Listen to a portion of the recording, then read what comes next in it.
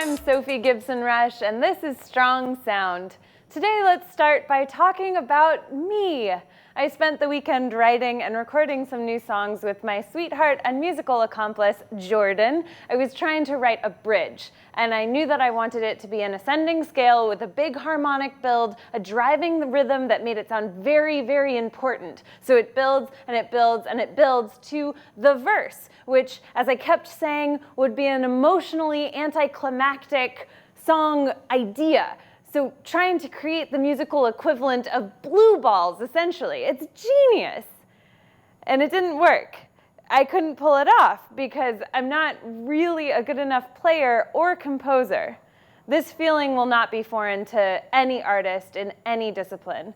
It's the unbearable frustration of knowing what you want and not being able to actualize it because your technique isn't quite up to snuff. I'm going to steal a concept from Ira Glass here and talk about the taste gap.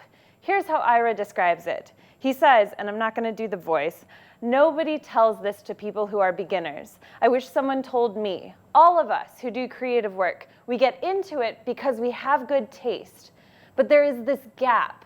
For the first couple of years, you make stuff, and it's not that good. It's just trying to be good. It has potential, but it's not good. But your taste, the thing that has got you into the game, is still killer, and your taste is why your work disappoints you." This is the taste gap, and it's a really dangerous place to find yourself. Ira says that most people quit in this phase because it really is the most depressing thing. To know what's good, and to know that you aren't that. Every single creative person goes through this at some point. Ask anyone, classical composers, muralists, hip-hop producers, and film directors. They all went through a dark time where they were completely aware of how much they sucked. But how do you get out when you're drowning in the moat while looking at the castle? You make bad work. You work out all of your bad work. You work and you work and you work until you work your way into your taste. They match up. It's all you can do. Remember Malcolm Gladwell's idea that anyone who puts in 10,000 hours of deliberate practice will become a master at something? I'm going to oversimplify and misrepresent it with the rest of them, but now is the time to put in your 10,000 hours. As Ira says, it's only by going through a volume of work that you will close that gap, and your work will be as good as your ambitions.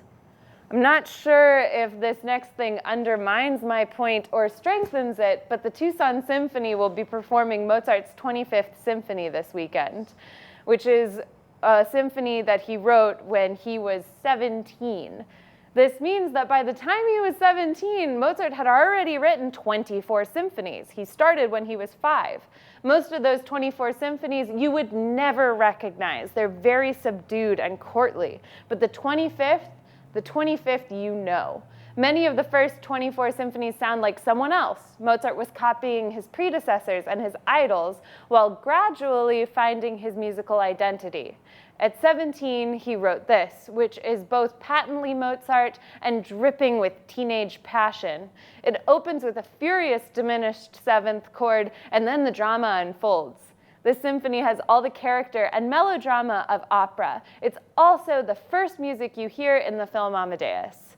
The Tucson Symphony is calling this program Youthful Exuberance, which sounds a little like how your spinster aunt would describe the tingly feeling she had when she first wore a swim costume to the beach. This music is anything but that, though. Besides Mozart's stormy masterwork, there's Dvorak's Serenade for Strings, a piece so beautiful it will make you want to strangle something. Similar to Mozart, this was written at a time in Dvorak's life when he broke through the dreaded taste gap. Like Mozart, Dvorak had been stylistically stuck in the shadow of his predecessors. With this piece, you can begin to hear him breaking out on his own. He's just there, on the threshold. It's a half hour of shifting sounds and textures, never remaining in one place for too long. It's freaking gorgeous. This program will be great medicine for anyone stuck in the taste gap, I promise. It's also an opportunity to see the TSO's new music director in action. Jose Luis Gomez is a Venezuelan-born Spanish conductor with a career that crisscrosses the globe like the map interludes in Indiana Jones. He's young, he's current, and it seems like our local orchestra is pretty excited to be working with him. Check out his running start Friday, March 3rd at St. Andrew's Presbyterian and Saturday and Sunday at Catalina Foothills High School. And quickly, before we wrap up, I want to highlight a Tucsonan I truly admire, someone who I think has decidedly made it to the other side of the taste gap, or taste canyon as it sometimes feels. In September, I went to go see Joe Forkin's exhibition, The Lebowski Cycle, at the University of Arizona Art Museum. It's a collection of oil paintings in the style of old masters, but the paintings depict frames from The Big Lebowski. This mixture of old techniques, new subjects, and humor totally inspired me, and I've thought a lot about it since. So imagine my surprise when the Joe Forkin, who's releasing his alt-country album, Alpha Mule, at Congress this Saturday, turns out to be the same Joe Forkin who painted the Lebowski Cycle. Joe Forkin was born in New York, grew up in Tucson, and now lives and works in Santa Ana, California. He's a world-renowned visual artist, but he's written and played music his whole life. Now he's releasing a pretty great album, recorded here in Tucson at Wave Lab with Eric Stoner, Joey Burns, Fen Eichner, Craig Schumacher, Connor Gallagher, Jacob Valenzuela, and Steph Keppen. You can do whatever you want to do, guys. You can be a painter and a musician, as long as you put in the time. Hang in there, keep practicing, and as always, go to shows, support local musicians, and get inspired. Here's some Ira Glass for encouragement. I'll see you next week.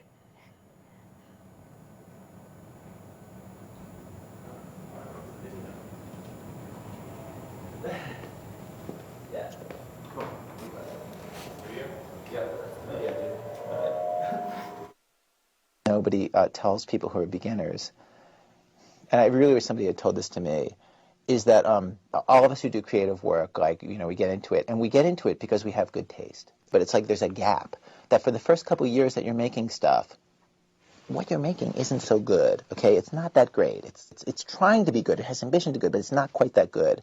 But your taste, the thing that got you into the game, your taste is still killer. And your taste is good enough that you can tell that what you're making is kind of a disappointment to you. You know what I mean? A lot of people never get past that phase. A lot of people at that point, they quit. And the thing I would just say to you with all my heart is that most everybody I know who does interesting creative work, they went through a phase of years where they had really good taste, they could tell what they were making wasn't as good as they wanted it to be. They knew it felt short. It didn't have this special thing that we wanted it to have. And the thing I would say to you is everybody goes through that. And for you to go through it, if you're going through it right now, if you're just getting out of that phase, you got to know it's totally normal. And the most important possible thing you could do is do a lot of work. Do a huge volume of work. Put yourself on a deadline so that every week or every month you know you're going to finish one story. Because it's only by actually going through a volume of work that you're actually going to catch up and close that gap. And the work you're making will be as good as your ambitions. In my case, I took longer to figure out how to do this than anybody I've ever met. It takes a while. It's going to take you a while. It's normal to take a while, and you just have to fight your way through that, okay?